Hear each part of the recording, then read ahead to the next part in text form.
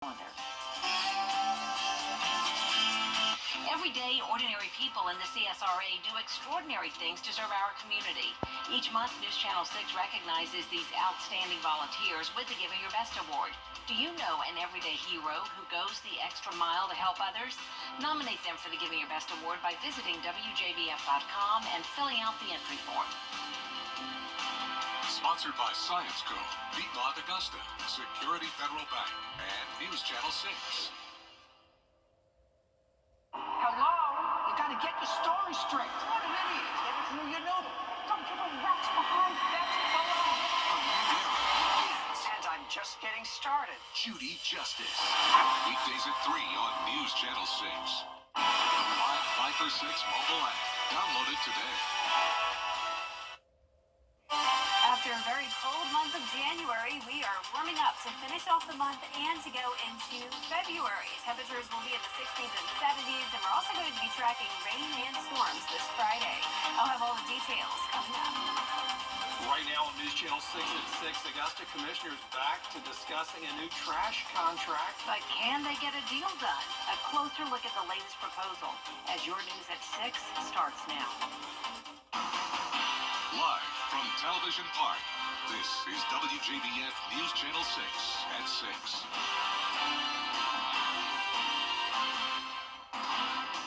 Good evening, everybody. I'm Brad Means. And I'm Jenny Montgomery. Thank you for joining us. Coverage you can count on begins with Columbia County leaders providing an update on debris cleanup nearly 4 months after Hurricane Helene hit the area. Crews have now picked up an estimated 6 million cubic yards of debris. The 120-day deadline for full reimbursement from FEMA is approaching, but a deadline has not been set for homeowners to get their debris on the right-of-way. They are also reminding the public of items that work crews cannot pick up. Household refuse or trash is ineligible, and if it's in a pile, it will be passed. Damaged fence is a big one. A lot of folks are calling saying that their debris pile's not picked up. We ask them, are we inspected, and it's got fence boards or damaged fence or construction material in it. We won't pick that up. We can't pick it up. County leaders are also asking you not to put any non-related storm debris on the right-of-way. If you don't remove it immediately, you will be contacted by code enforcement and possibly a citation. In Georgia, the Red Cross providing financial help to those impacted by Helene. It's for people whose homes had major damage or were destroyed, and they still face obstacles to their recovery. Last week, the Red Cross started to reach out to individuals. If you want to find out if you qualify, check out the Red Cross website. And tonight is the deadline for Hurricane Helene victims to apply for FEMA assistance in South Carolina. FEMA urging you to make use of their resources before midnight. Homeowners and renters have until the end of today to file claims for temporary housing and home repairs. What we want people to consider on this last day is that if they do have insurance, FEMA cannot, match those benefits. That's your insurance, and we can't duplicate that. But if there were any areas where you were underinsured, applying may access your ability to take your recovery forward. Georgia residents, you have until February 7th to apply for FEMA assistance.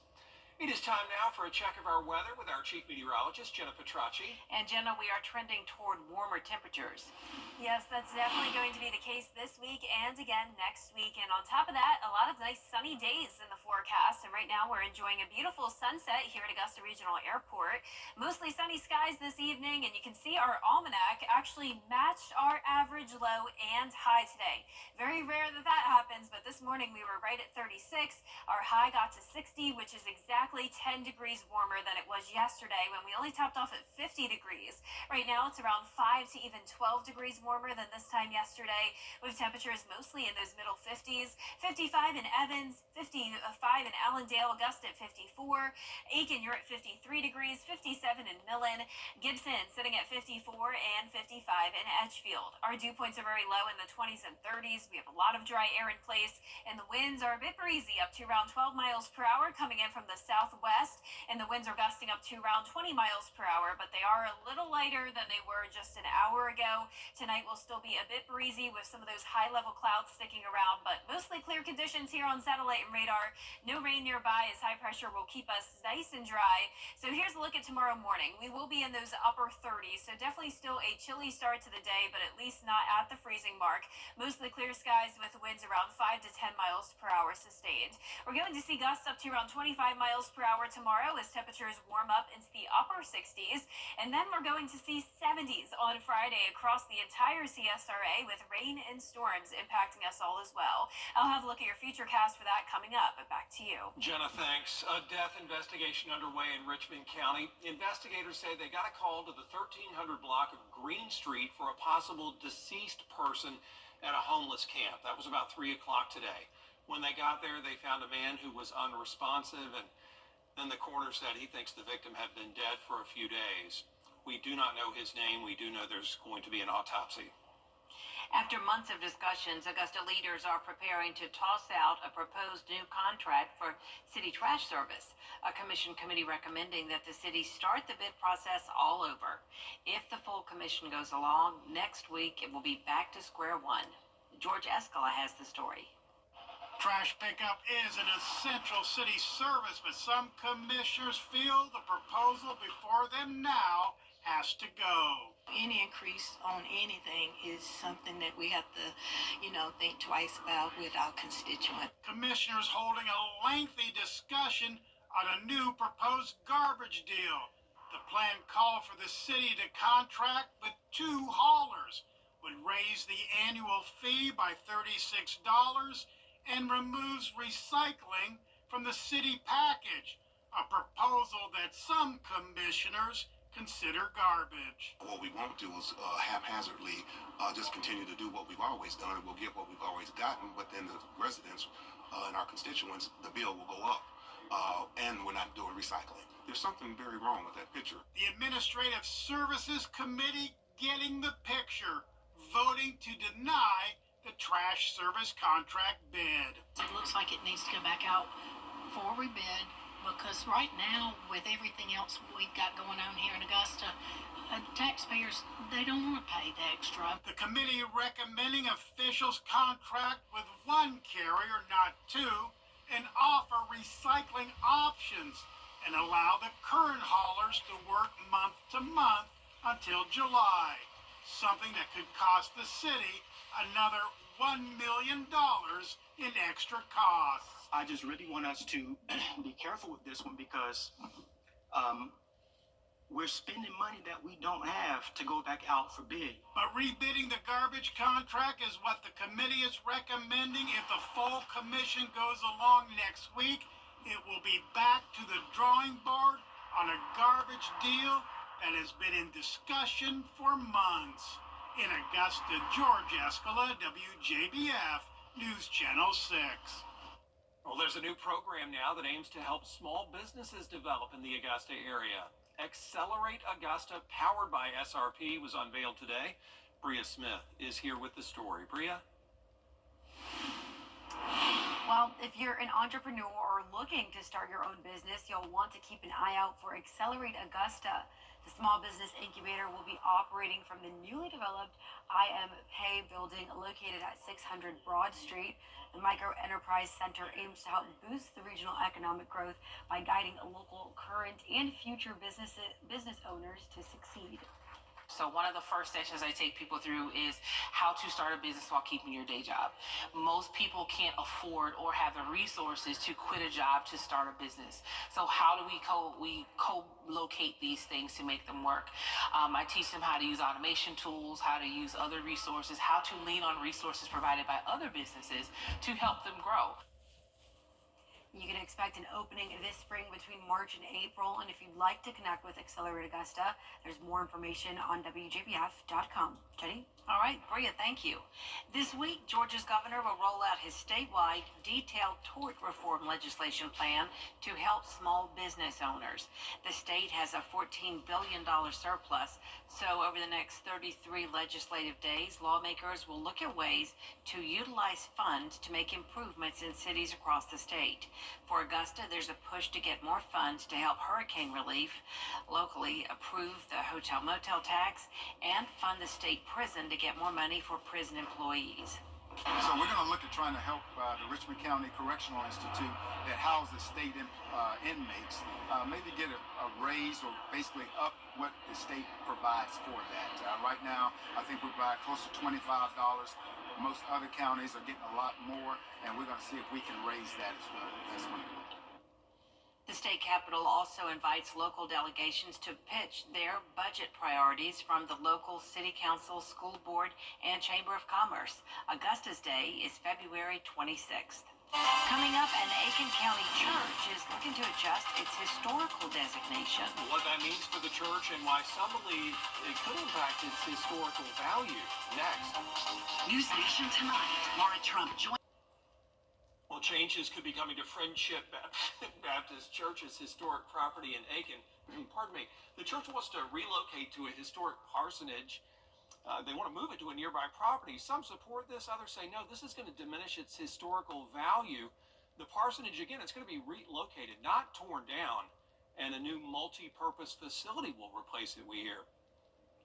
And we've been notified by the insurance company that they're going to drop the insurance on the house because of the condition of the house. So to save that house, that was the better option based on, what we have. All right, so council's going to have a second reading of this ordinance coming up on February 10th. Well, prom season isn't too far away, and not everyone can afford to get brand new dresses. So if you have a beautiful one, or shoes or accessories you'd like to donate, now is the time. WJBF is hosting its annual Giving Gown event alongside our Caring for Carolina partners. Just drop off your new or gently used gown here at Television Park Monday through Friday through March 6th. The dress event is March 8th at First Baptist Church of North Augusta from 9 until noon. Our chief meteorologist, Jennifer Tracci, back with us now.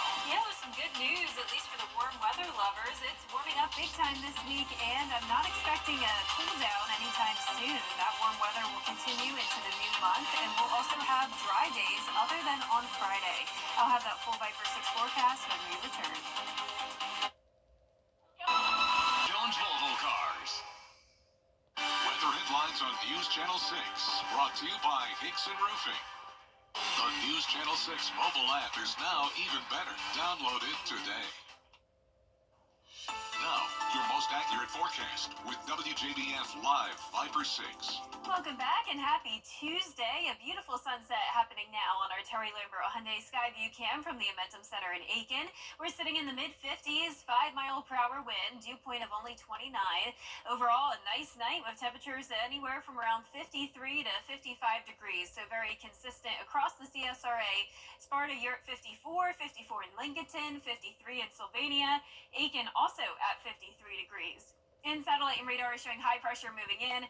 Also some high-level clouds streaming in from the west, but no rain in sight. It's going to be a dry day tomorrow, still mostly clear, and temperatures will be above freezing, so we'll be starting out at around 38 degrees, and then we'll make it into the mid to upper 60s in the afternoon.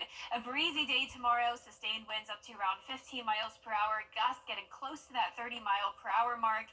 And then on Thursday, the winds settle down, but a cold front will come through on Friday that will bring higher winds again, and even some breezy conditions into Saturday. Now, as you know, it has been abnormally cold this month, and we're currently in third place for the coldest January on record, with our average temperature of only 38.5 degrees. We actually haven't even had a 70-degree day so far this month, and even though it's winter, and of course it's supposed to be cold, we do typically have at least one 70-degree day in the month, and the last time we went a whole month without it was back in January of 2016, where the highest temperature was only 68 degrees. So the last time we had a 70-degree day was December 31st of 2024, and I'm forecasting our next 70-degree day to come on January 31st. And you can see that here, high of 74 expected on Friday, back into the 70s again on Monday, and every day in between will be in the mid-60s.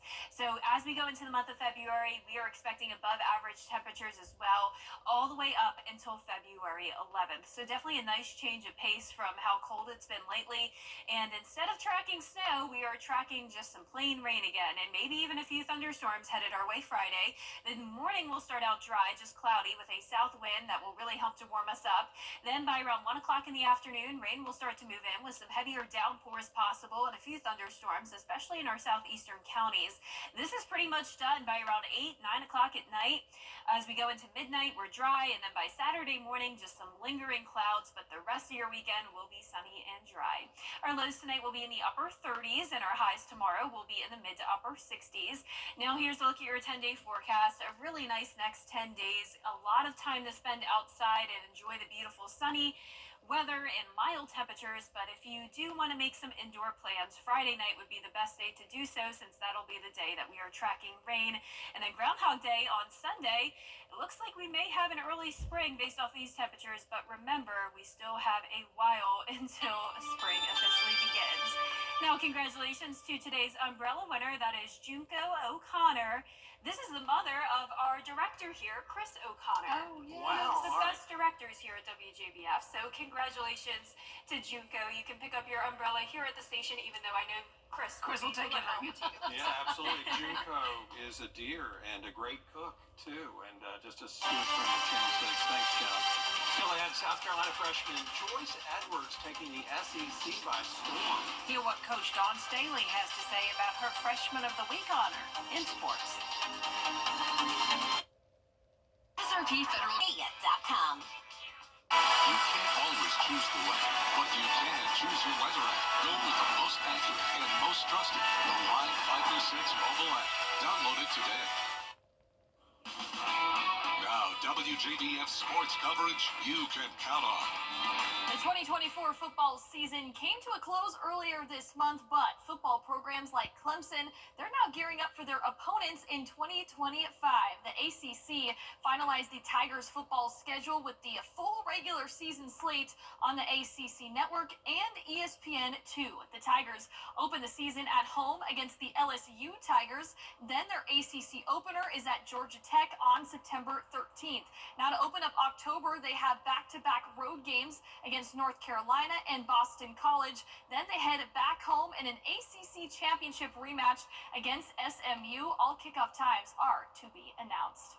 And in men's basketball, two struggling SEC teams in Georgia and South Carolina square off tonight in Athens. South Carolina has yet to win an SEC conference game this season. However, the Gamecocks have won 14 of the last 16 matchups against the Georgia Bulldogs. Meanwhile, the Dogs, they got off to a hot start this season, ranked in the AP Top 25 poll. However, they've dropped 4 consecutive SEC games. Tip-off is set for tonight at 7 p.m. And in women's hoops, freshman Joyce Edwards is catching the attention of the SEC as she was named the Freshman of the Week. The forward led the Gamecock offense this week, scoring 16 points per game on 54% shooting. That includes a team-high 18 points against the Tennessee Volunteers. She also leads the team with 15 games in double figures. Joyce plays the right way. Joyce makes good basketball decisions, and that's why you see her flourish. I mean, she just plays within her capability, and I mean, I'm not surprised. I'm probably more surprised at some of the decisions that some of our older players are making. She's not one of them. Up next, South Carolina hosts Auburn this Sunday at 12 p.m. And registration for the Drive, Chip, and Putt is now open. It marks the 12th season of qualifying events for boys and girls ages 7 through 12. The free program aims to provide a welcoming environment for young aspiring golfers to focus on those fundamental skills. This season's schedule includes 357 local qualifiers and 64 sub-regionals throughout the summer. All right, thanks a lot. Thanks, Jenna. We'll be right back. You've been in a serious...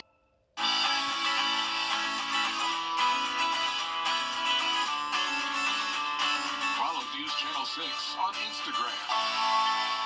You've been in a serious crash. Now the insurance company thinks you deserve little to nothing for what you've been through. I won't let that happen to you. Get the real money you deserve. Get the strong arm, attorney John Boyd and Associates. It's going to be another nice sunny day tomorrow, starting out at 37 degrees, climbing into the upper 60s in the afternoon. 66 on Thursday, partly cloudy, and then warming all the way up to 74 on Friday with a 70% chance of rain and storms. Back to sunshine on Saturday and Sunday, a beautiful weekend, and next week looks great as well, staying on the warmer side. You know, your Google-powered smart home is getting a little bit smarter. Google's AI software called Gemini can now be integrated into their Google Home features. So you can use Gemini to adjust your lighting, your thermostat, just to name a couple. Also, if you say the sun is too bright in the living room, Gemini will close your blinds for you. You can ask it questions like, did I leave the porch light on? And it will let you know. Wow. That's nice. Any of you do that with your Yes, lights? I do. I do. I have it, yeah, because I feel like my neighbors would hack into it and start messing with my stuff. So, not yet. I have an Alexa, but I only talk to it one time every night, and it's to turn on the brown noise sound. Yeah, now Siri, I'm like, yeah, great. Siri, what time Siri's is your it? It's assistant. my favorite. Yes, yes. She'll So, tell me. yes. No, I do my lights with my phone and my thermostat and everything. Yeah. All right. It's good, yeah. Technology's great. Y'all are great for watching. We appreciate you. Back at 7 after World News Tonight. And then we'll see you again for News Channel 6 at 11. Have a great evening.